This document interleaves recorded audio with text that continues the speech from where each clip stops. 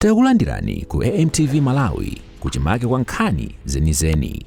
Ngati nkhani imeneyo kuno kulibe, dziwani kuti nkhani imeneyo ndi yabodza. Seems empty, but let's proceed.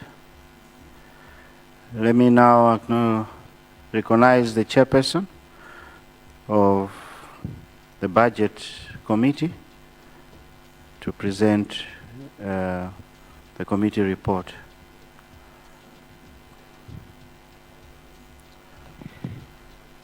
Right Honourable Speaker, I beg to present the papers standing on my name under item 3A2 on the order paper. Thank you, Chair.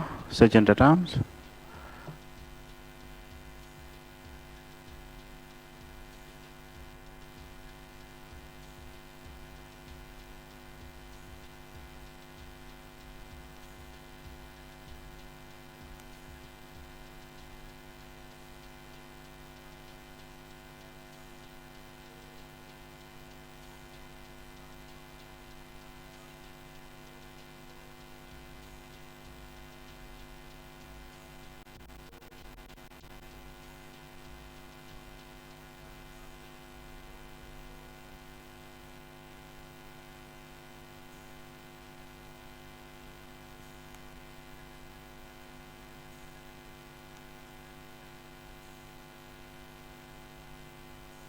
Honourable Chair, do you wish to speak on the report? Yes, Mr. Speaker, sir. Please proceed.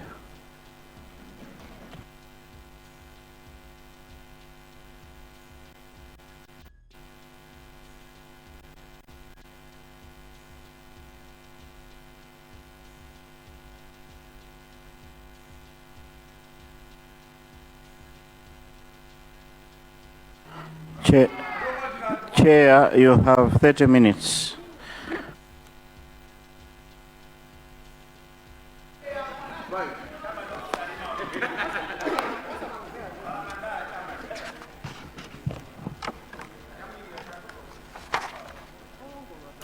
Mr. Speaker, sir, I rise to present the considered observations of the Parliamentary Committee on Budget following the scrutiny of the 2026-2027 national budget, which was eloquently delivered before the House by the Minister of Finance, Economic Planning and Decentralization on 27th of February 2026.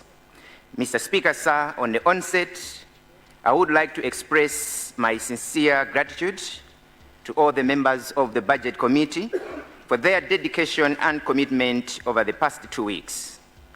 I also extend my appreciation to you, Mr. Speaker, sir, the Clerk of Parliament, the Budget Office, and the Parliamentary Secretariat for the invaluable support provided to the committee during this budget session. Mr. Speaker, before turning to the specifics of the proposed budget, it is important that we pin this discussion within the broader economic realities facing our country. Recent assessments by international institutions, including the World Bank's Malawi Economic Monitor, highlight that Malawi is currently navigating 3 interrelated macroeconomic crises. The first one, Mr. Speaker, sir, is the fiscal deficit crisis, where we continue to pass budgets with no fiscal space to allow government investment in productive areas. The second crisis being the balance of payment crisis, where we are importing 6 or 7 times more than what we are exporting. And the last crisis being the debt crisis, where the per capita debt on the shoulders of Malawians is between 1 and 1.2 million per head. Mr. Speaker, sir, as a renowned scholar once cautioned, the greatest danger in times of turbulence is not the turbulence itself, but to act with yesterday's logic. In addressing the economic challenges confronting Malawi, yesterday's logic will not work, and Malawi needs to relook its approach and embrace political and economic reforms transformative enough to change our trajectory. This, Mr. Speaker, sir, starts with avoiding the very mistakes of the past that have brought us to this situation. The fiscal deficit crisis, Mr. Speaker, sir, for many years, government expenditure has consistently exceeded domestic revenue, resulting in large and persistent fiscal deficits. These deficits have increasingly been financed through borrowing, particularly from domestic sources. As a result, fiscal space has become severely constrained, with a significant share of domestic revenue now absorbed by mandatory obligations such as wages, pensions, and interest payments. On the public debt crisis, years of sustained borrowing to finance fiscal deficits have significantly increased the country's debt burden. Rising interest payments have increasingly crowded out resources that would otherwise support development programs and public service delivery. The balance of payment crisis, Malawi continues to face persistent foreign exchange shortages arising from structurally weak export base and high dependence on imports. The country's export basket remains heavily concentrated in a few primary commodities, while demand for foreign currency to finance fuel, fertilizer, and industrial inputs continue to rise. This imbalance has resulted in chronic shortages of foreign exchange. Mr. Speaker, sir, these three crises are not isolated problems. They reinforce one another. Persistent fiscal deficits increase borrowing. Rising borrowing increases debt serving charges, and high debt servicing reduces the resources available to address structural weaknesses in the economy, including the very export constraints that contribute to the balance of payment pressures. Left unaddressed, if this generation does not rise up and unite to address these crises vis-à-vis the deficit budgets, the debt distress, and the negative balance of payments, Malawi will be stuck in this state of quagmire for generations. Mr. Speaker, sir, in light of this context, the Budget Committee's analysis and report attempts to guide the House on whether the proposed budget meaningfully addresses these structural crises above. Allow me now to move to the committee's analysis, Mr. Speaker, sir, starting with a general macroeconomic outlook. Mr. Speaker, sir, let me begin by acknowledging developments in the global economy and the sub-Saharan African region. The committee notes the global economic environment remains relatively stable, with global growth projected at 3.3% in 2026, whilst the sub-Saharan Africa is expected to grow at about 4.6%. In the domestic economy, Mr. Speaker, sir, the Minister has projected a fiscalized GDP of 4.1% for the 2026-2027 financial year. While the committee notes this projection, our analysis focuses on the annual real GDP growth as presented in the annual economic report, which provides a clearer picture of economic performance across calendar years. According to these projections, real GDP growth is expected to increase from 2.7% in 2025 to 3.8% in 2026 and 4.9% in 2027. Mr. Speaker, sir, whilst these projections suggest a gradual recovery, the committee observes that improvements in overall GDP growth have not translated into comparable improvements in income levels for Malawians. According to International Monetary Fund estimates, the Malawi's annual GDP per capita is projected to, or at approximately US $721, translating to $60 per month, which is $2 per day per person in 2026. This is significantly lower than that of some of our regional neighbors. By comparison, Zambia's annual GDP per capita is estimated at about $1,523 US, whilst Zimbabwe's stands at approximately $3,127. For Zambia, it is 2.1 times more than Malawi, and for Zimbabwe is 4.3 times than Malawi. This comparison highlights the substantial income gap between Malawi and neighboring economies, underscoring the slow pace at which growth is translating into improved living standards for the Malawian population. In this regard, the committee observes that growth without rising income risks becoming a statistical recovery rather than a lived economic transformation for a common Malawian. Mr. Speaker, sir, the committee also observes that the structure of the economy remains largely unchanged. Agriculture continues to account for approximately 21% of GDP, while other sectors expected to drive structural transformation, such as mining and manufacturing, remain underdeveloped. Mining, for example, contributes less than 1% of the GDP, whilst manufacturing has remained largely stagnant at around 11%. The committee therefore emphasizes the need for deliberate policy actions and sustained investments to unlock the potential of these sectors to meaningfully transform the economy. Allow me, Right Honorable Speaker, to move to the monetary sector. Mr. Speaker, sir, the committee also reviewed developments in the monetary sector and notes that inflationary pressures remain elevated. Inflation averaged 27.6% during the period under review, reflecting persistent pressures on households' purchasing power.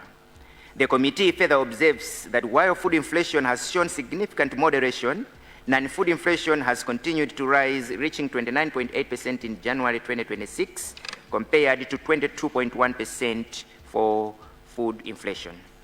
Mr. Speaker, sir, the persistence of these inflationary pressures suggests that monetary policy alone may not be sufficient to restore price stability.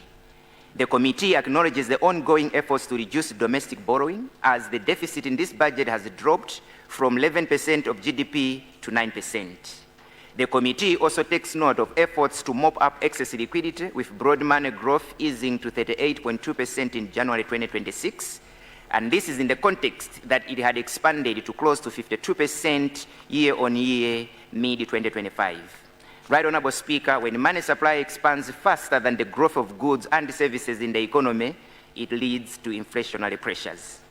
In order to sustain the downward trend on headline inflation, the committee emphasizes the need for stronger coordination between the fiscal and the monetary policy, supported by sustained fiscal discipline and improved expenditure control. Allow me to go to the external sector. Mr. Speaker, sir, the committee further examined the developments in the external sector and expresses concern regarding the continued volatility of the foreign exchange reserves and the structural weaknesses in Malawi's export base. Although the trade balance showed some improvement, largely due to increased tobacco export proceeds, the committee notes that Malawi remains heavily reliant on a narrow range of primary commodities. This concentration exposes the economy to external shocks and contributes to persistent foreign exchange shortages that constrain industrial activity. The committee therefore emphasizes the urgent need to diversify the export base, particularly by unlocking the potential of the mining sector and strengthening the value addition in agriculture. Allow me now, Mr. Speaker, sir, to provide an analysis of the performance of the 2025-2026 budget. I will begin by revenues. Mr. Speaker, sir, the committee's review shows a generally positive outturn, as total revenue slightly exceeded the revised target by 1.25%, with government correcting 5.528 trillion against the revised target of 5.460 trillion. This was mainly driven by improvements in both tax and non-tax revenues. However, the committee particularly noted that parastatal dividends continued to underperform, missing their target by 41.2%, despite an already modest projection. Mr. Speaker, this is a long-standing problem, and several of these institutions continue to operate at a loss whilst accumulating liabilities to the government, often resulting in periodic bailouts. And the committee is aware that there are a lot of inefficiencies that affect service delivery, which need to be addressed. And further to this, the committee calls upon the government to stick to its policy on cost-reflective pricing of the services to ensure their financial sustainability. However, in doing this, there is need for deliberate action to ensure low-income earners are protected. On the expenditure side, Mr. Speaker, sir, the committee also positively noted a saving, as preliminary expenditure outturn for the 2025-2026 financial year is 8.43 trillion, which is 1.8% lower than the revised budget of 8.59 trillion. This House will therefore not be needing a supplementary budget, as spending was within what Parliament had approved or appropriated. This is commendable effort. Mr. Speaker, sir, I will now turn to the committee's analysis of the 2026-2027 budget proposals, and let me begin with revenue projections. The committee notes that the revenue projections appear highly optimistic. The government expects to collect 8.126 trillion during this year, representing 48.8% increase in total revenue from the 2025-2026 revised estimates of 5.460 trillion. Of these projected revenues, 79.4% are domestic revenues, whilst 20.5% are grants. Mr. Speaker, sir, domestic revenue is projected at 6.455 trillion, reflecting a 44.2% increase from the revised target. Of these, tax revenues are the largest share, projected at 6.203 trillion, representing a 43.3% increase from the revised estimate. The committee notes that this growth is largely expected to come from the major tax heads such as payee, VAT, corporate tax, which together accounted for 72% of the total tax revenue. Mr. Speaker, sir, non-tax revenue continue to contribute minimally to revenues. It is projected at 250.5 billion, representing only 3.9% of all the domestic revenues. Mr. Speaker, the committee discussed a number of suggestions with regard to revenue generation, and the committee's view is that sustainable revenue growth must come from expanding the tax base rather than repeatedly taxing the very same taxpayers. The government should therefore focus on bringing in more individuals and more businesses into the formal tax system, and tackling informality in our economy should be a priority. The untaxed rely on our loose enforcement of tax laws in order to evade tax. On non-tax revenue, the committee believes that there is potential to increase this significantly, and hence we make the following suggestions. Departmental fees. The committee urges the government to review departmental fees that have remained unchanged for many years, as these represent an important but underutilized source of revenue.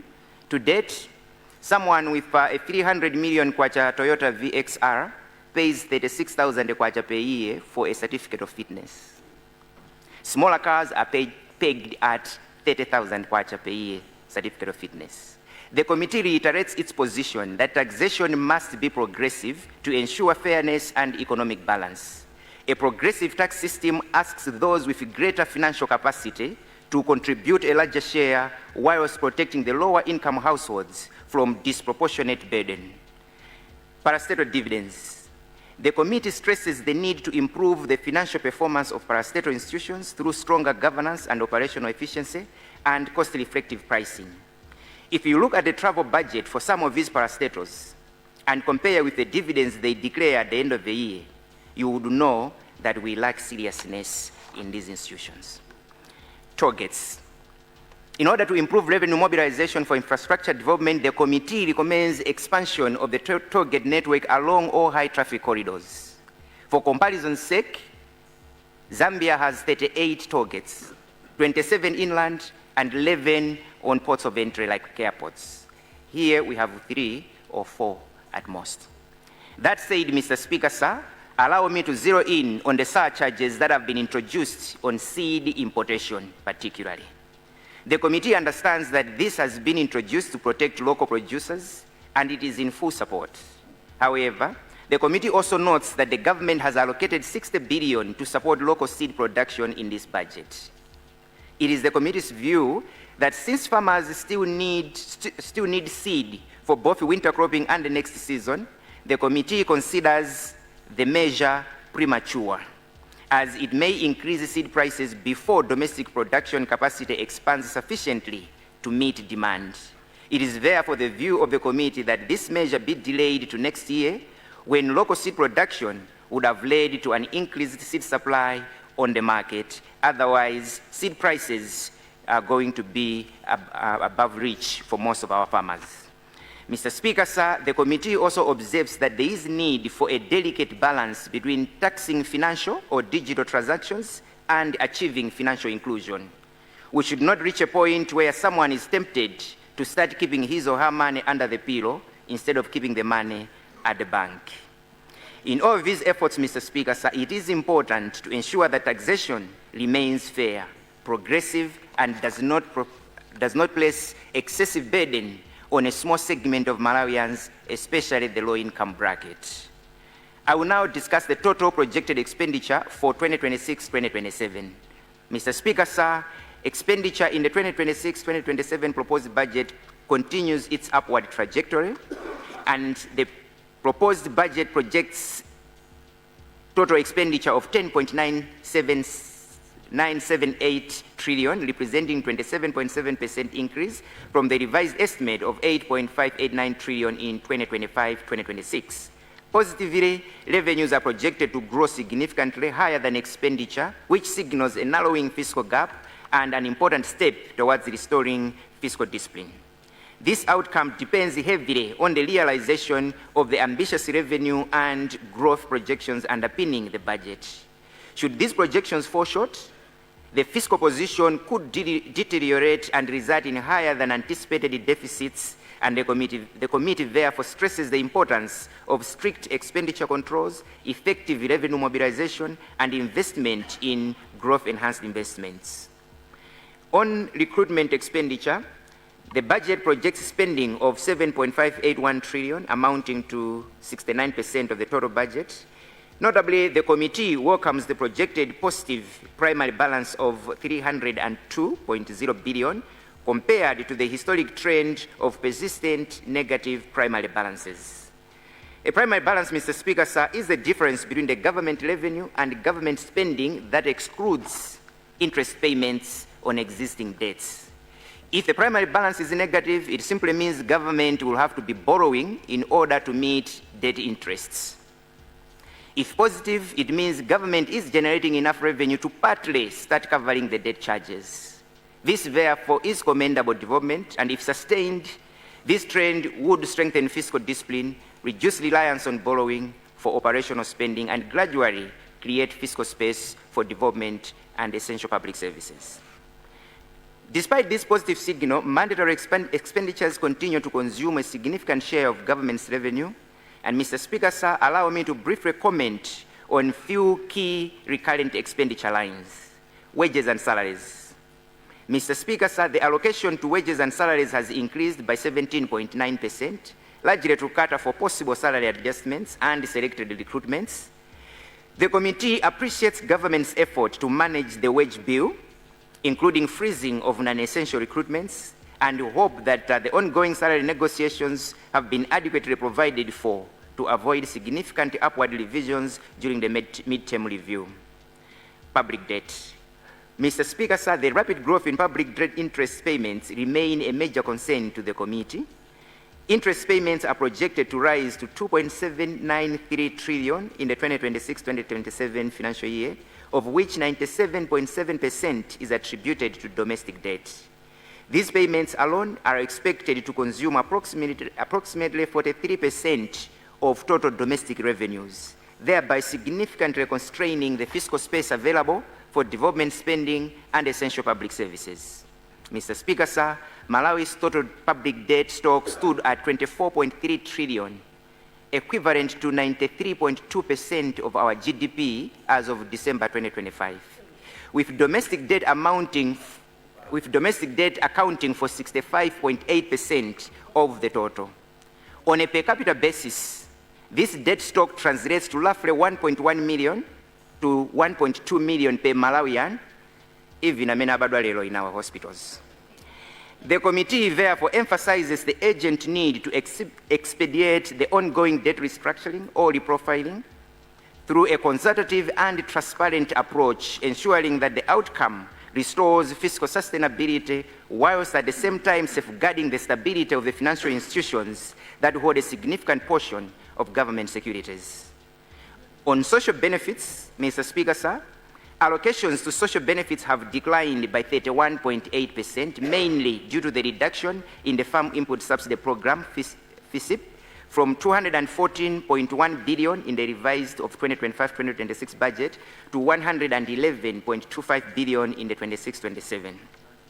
Considering that beneficiaries were expanded to 1.1 million households during the mid-year review, the committee seeks clarification on how this reduction will affect the number of beneficiaries under the program and design.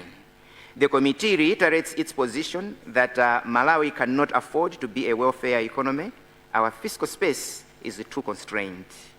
On development expenditure, Mr. Speaker, sir, the committee noted a positive shift towards increased investment with allocations projected to 3.397 trillion, representing a 76% increase from the previous year.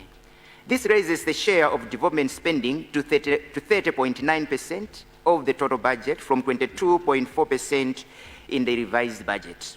Mr. Speaker, sir, a significant portion of this increase is driven by the reformed Constituency Development Fund. As indicated in the Honourable Minister's statement, the reformed CDF will operate under the performance-based framework, where local councils will be accessing funds based on their capacity and performance against agreed indicators. However, the committee is concerned about reports of limited capacity among local councils to absorb and manage these resources effectively. The committee therefore stresses the need for deliberate investment in strengthening the capacity of local councils. Without such improvements, the expanded CDF framework could pose serious fiscal risks. The committee therefore looks forward to the guidelines being formulated, which will be key in assessing the feasibility of the program. Much attention will have to go to the oversight functions, and I believe this House is better placed to do its constitutional mandate. Mr. Speaker, sir, allow me to briefly touch on selected sectors that are critical for driving economic growth and the national development, starting with the agriculture sector. Mr. Speaker, sir, the committee notes that the agriculture sector experienced under expenditure in 2025-2026, particularly in development projects, suggesting limited investment in long-term productivity. In the 2026-2027 budget, the sector has been allocated 1.05 trillion, though a large share is donor-funded, and resources for recurrent operations have declined, mainly due to the downscaling of the FISIP program. The committee emphasizes the need to strengthen irrigation, value addition, and structured agricultural markets to improve productivity and resilience. The mining sector. Mr. Speaker, sir, the mining sector grew by 5.3%, but its contribution to the economy remains low at 0.8% of GDP. The 352 billion allocation to the energy and mining sector, together with new institutions such as MAMICO and the Mining and Minerals Regulatory Authority, present an opportunity to unlock the sector's potential. However, this will require strong governance, technical capacity, and supporting infrastructure like roads and energy. Tourism sector. Mr. Speaker, sir, tourism remains an underutilized sector despite Malawi's rich natural attractions, and the 2026-2027 budget allocates 51.2 billion to the tourism and manufacturing sector for tourism promotion, product development, and wildlife conservation. However, the sector continues to face structural challenges such as limited international flights, high travel costs, and inadequate infrastructure, which limits its contribution to economic growth and foreign exchange earnings.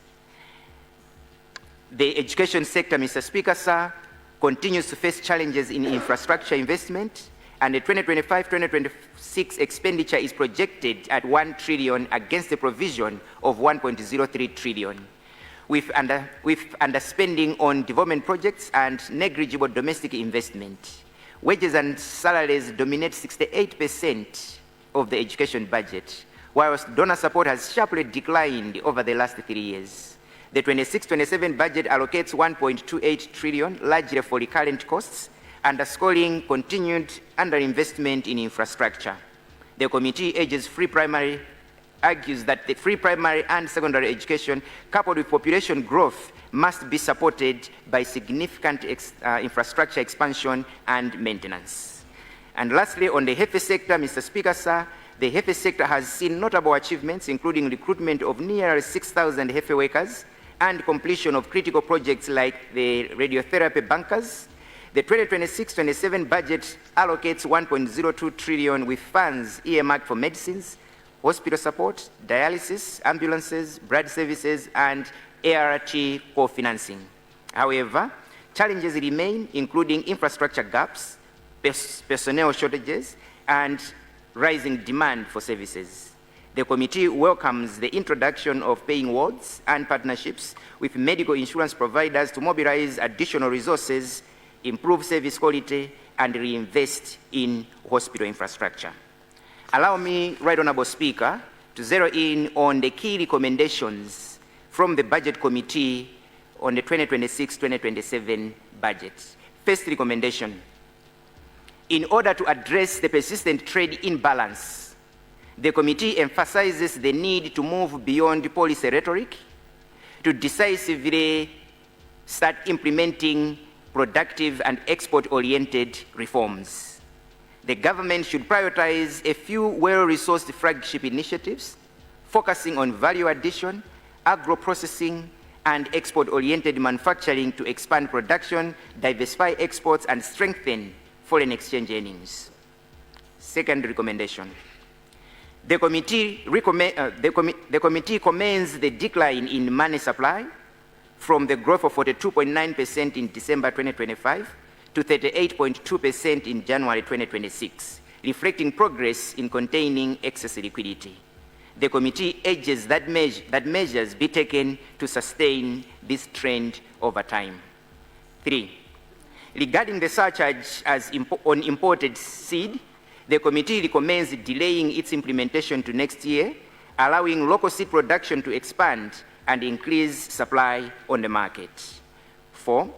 On broadening the revenue base, the committee calls upon government to prioritize bringing in more individuals and businesses to the tax net, especially those in the informal sector and emerging industries such as entertainment and event services. 5. The committee recommends enhancing non-tax revenue through measures such as constructing additional targets, revising departmental fees, and improving parastatal performance via stronger governance and cost-effective pricing whilst protecting low-income households. 6. On development spending, particularly domestically funded projects, the committee advises the government to prioritize completion of ongoing high-impact projects rather than creating new ones to avoid escalating costs and inefficiencies. 7. Regarding the reformed Constituency Development Fund, the committee urges deliberate efforts to strengthen the capacity of local councils to manage expanded allocations, and we also look forward to the finalization of the guidelines that safeguard public resources and ensure meaningful development outcomes. 8. The government should ensure that any additional revenue during the fiscal year is partly directed towards reducing the budget deficit and public debt, rather than automatically increasing expenditure to ease the fiscal pressures and strengthen sustainability. And lastly, on domestic debt, the committee emphasizes the need to expedite debt restructuring through a consultative, open, and transparent process, ensuring fiscal sustainability whilst protecting the stability of financial institutions. In conclusion, Mr. Speaker, sir, this budget has one more crisis it must address: corruption, theft, and fraud. Malawi is creating fraudometers at a much faster pace. We have too many supreme leaders of corruption, and this budget needs to consider enough resources towards our anti-corruption, fraud, and money laundering institutions. Our institutions like SCB, Fiscal Police, and FIA must be capacitated to detect, investigate, and decisively deal with all fraudometers or supreme rulers of Katangale. Otherwise, a well-crafted budget like this one may once again go to waste. Mr. Speaker, sir, I now beg to move that this report be agreed to. I beg to move.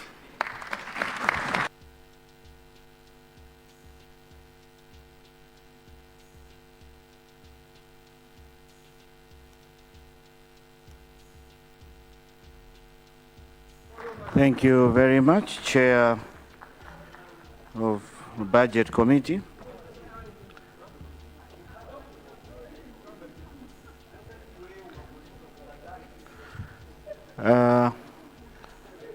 Any member of the committee to second the report? Thank you, Mr. Speaker, sir. Your constituency, Honorable? Nkata Bempamba constituency. Nkata Bempamba, proceed. Thank you. Nkata Bempamba. Thank you, Mr. Speaker, sir, for granting me this opportunity to second the report by Budget and Finance Committee following the analysis we made as a committee of 2026-2027 national budget that was presented in this House by Honorable Minister of Finance. Mr. Speaker, sir,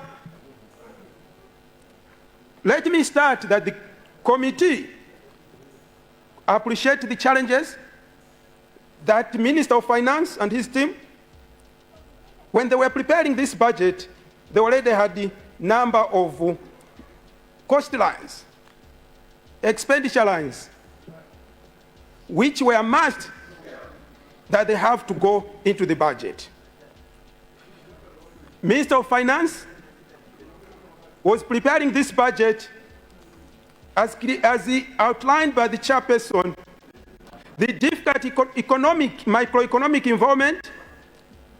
Malawi continued to face significant structural challenges, and as the chair has put it, like rising debt level, foreign currency shortages. So when they were making this budget, there were various challenges which the Budget and Finance Committee understands. This made, Mr. Speaker, sir, that when he was making this budget, there was a limited amount of money to be allocated to development activities like construction of roads, bridges, and even to public service delivery. When he was making this budget, Mr. Speaker, sir, Minister of Finance had a difficult job because the debt level was high. Amount to pay interest was very high, making it difficult to make a very developmental-related focused budget. Having said these challenges, Mr. Speaker, sir, the committee, also as highlighted by the chairperson, made various recommendations. I'll just pick one or two. Mr. Speaker, sir, we know that our economy is more of agriculture-based, depend on agriculture. And as the chair has put it, we need to diversify our economy to go in other sectors like mining, which is greatly underfunded. We need also to expand our net. We should not just rely on agriculture only. We should also diversify to tourism. You know, tourism has got potential to bring the forex which this country needs. And as the chair has put it, Mr. Speaker, sir, we need also to focus on diversifying to industrialization, creating more factories, creating more products, which as a country we can start exporting to other countries.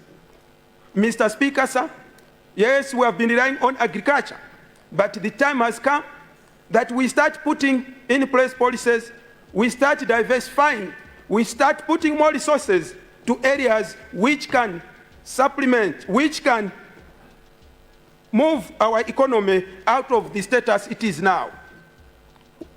All the forums who have been attending, Mr. Speaker, sir, they call our economy as junk economy, which we are not proud of to be called a junk economy. But we can get out of this junk economy if we diversify to the mining, as I've already said, to tourism, as well as to industrialization. As I conclude, Mr. Speaker, sir, we know this budget, 2026-2027 budget, for it to be very effective, we continue to recommend to Minister of Finance to put strict measures when it comes to expenditure. So we need strict controls on expenditure. At the same time, you know, we are relying on revenue, which will be collected by Malawi Revenue Authority. And for us to achieve what is in the budget, which means we need to realize the revenue which has been projected in the budget. If we don't realize this revenue, which means 2026-2027 budget will not meet its targets. Mr. Speaker, sir, we also need to push on reducing the level of public debt. The minister is already doing a great job. He started doing debt restructuring, and we are seeing the results. Now the banks, the money which the government borrows from the banking sector is now going down. What it means, Mr. Speaker, sir, the banks have got more money, and now the banks have started channeling this money to the private sector. But we need to follow it up as well, that this private sector should not just be borrowing this money for consumption. We need to engage the private sector when they're borrowing this money to invest much of this money to industrialization, to producing more products which can be exported. We need to diversify to more products which we need to export to other countries. As a country, we struggle with forex just because we are not producing enough. So the time has come, the budget is here. which is encouraging the private sector, which is encouraging the bank, which is encouraging every Malawian to rise up, produce more, to go in the space of industrialization and start exporting. Mr. Speaker, sir, as I close, I second this report by Budget and Finance Committee. It represents what was discussed by all the members of the committee, and everything which has been presented is what was agreed and endorsed by the committee. I second. Thank you. Thank you very much, Nkata Bempamba. Honourable members, I now open the House for debate on the report, if there is any.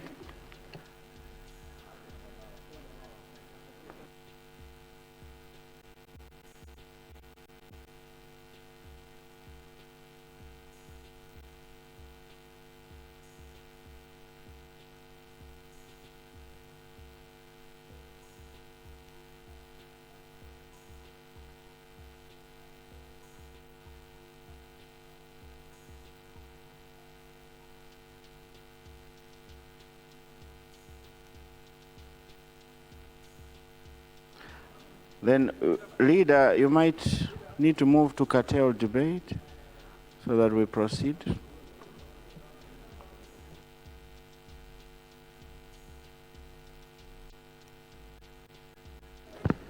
Right Honourable Speaker, I beg to move that the debate on the report be cut out. I beg to move. Thank you, Leader of the House. Honourable members, we have a motion. Motion as read by the Leader of the House to curtail debate. Those of that opinion say aye. Those of the contrary view say no. The ayes have it and the motion is carried.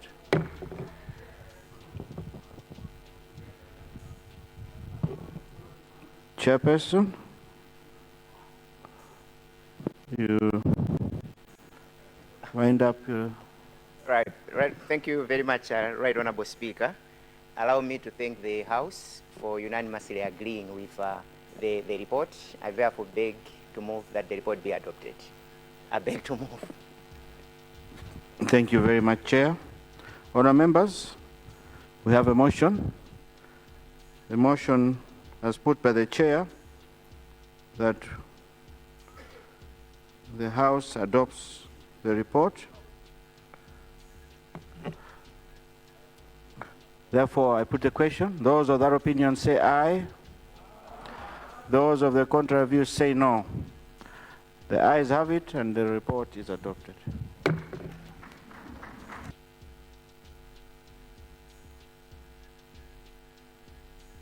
The Chairperson of the Cluster Committee.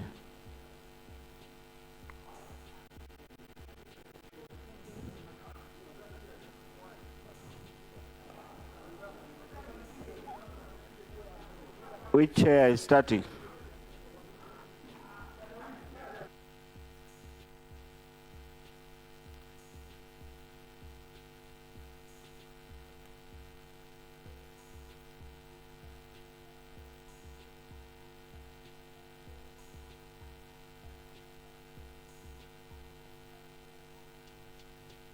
Honourable members, if the cluster chairs are not ready, we could go to the general debate on the budget.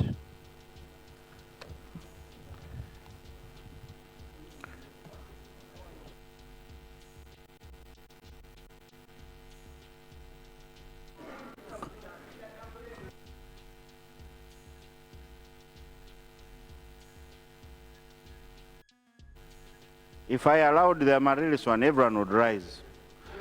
But let's talk about the budget. Huh?